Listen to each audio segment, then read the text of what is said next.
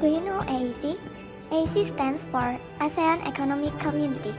AEC is a community that is formed by ASEAN. ASEAN includes Myanmar, Thailand, Cambodia, Singapore, Indonesia, Laos, Vietnam, Malaysia, Philippines, and Brunei Darussalam.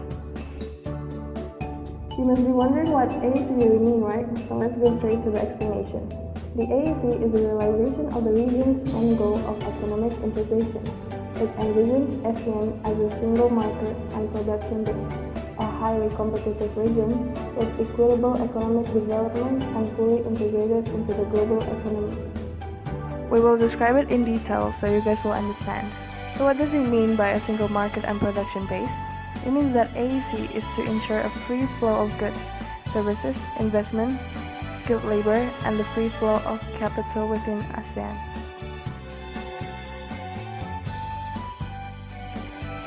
The regional equitable economic development. This is an action to develop small and medium-sized enterprises.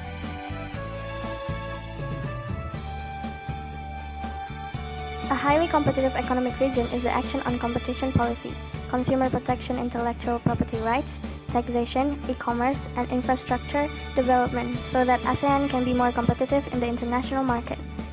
By having AEC, ASEAN will be a fully integrated region into the global economy. ASEAN needs to develop a coherent approach among members on external economic relations to enhance participation in global supply networks.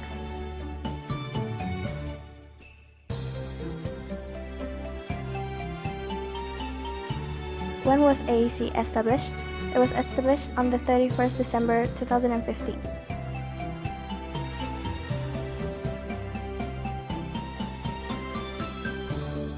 So why should there be AEC, you ask? There are many benefits from AEC. One of them is that it will open more regional cooperation and will improve the scale, efficiencies, dynamism, and competitiveness of ASEAN members. AEC will enable easier movement of goods, services, investments, capital, and people. Ultimately, it will offer a new ways of coordinating supply chains. Second, all ASEAN countries will be more important to foreign investors. If they were considered as one node in a larger regional market of nearly 600 million people, a single market, the ASEAN Free Trade Agreement will be expanded to zero tariffs on almost all goods by 2015. Third, tourism opportunity. Asians travel more in the region, and there are more travelers from other countries that have begun to reach out to Asia as new visitors. The Common Visa, which grants visitors the right to enter any country within the Southeast Asian bloc using one single permit, will be implemented in conjunction with the Asean Economic Community.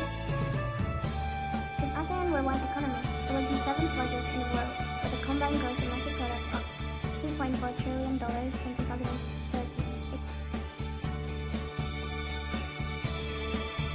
There are positive and negative impacts that are affected by the AEC. People that impacted positively are the ones that are employed, because AEC provides not only free flow of goods, but also skilled labor.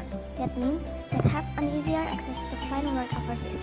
While the negatively impact are to those who are unemployed, because their opportunities for job are getting smaller by foreign workers that seek jobs in their country. So, how should we face AEC? First, strengthening the economic sector. The Ministry of Industry has prepared things to deal with AEC in the field of trade and services. This is done to encourage the competitiveness of the industry and encourage investment in the field of industry. Second, development in infrastructure. Infrastructure improvements need to be done in Indonesia to support economic development. In addition, by improving infrastructure can also help employers to distribute the result of their products to all over Indonesia. Third, I Love Indonesia movement. This program is one of the nation branding that encourages creative economy and fosters a sense of love and appreciation of the products in the country.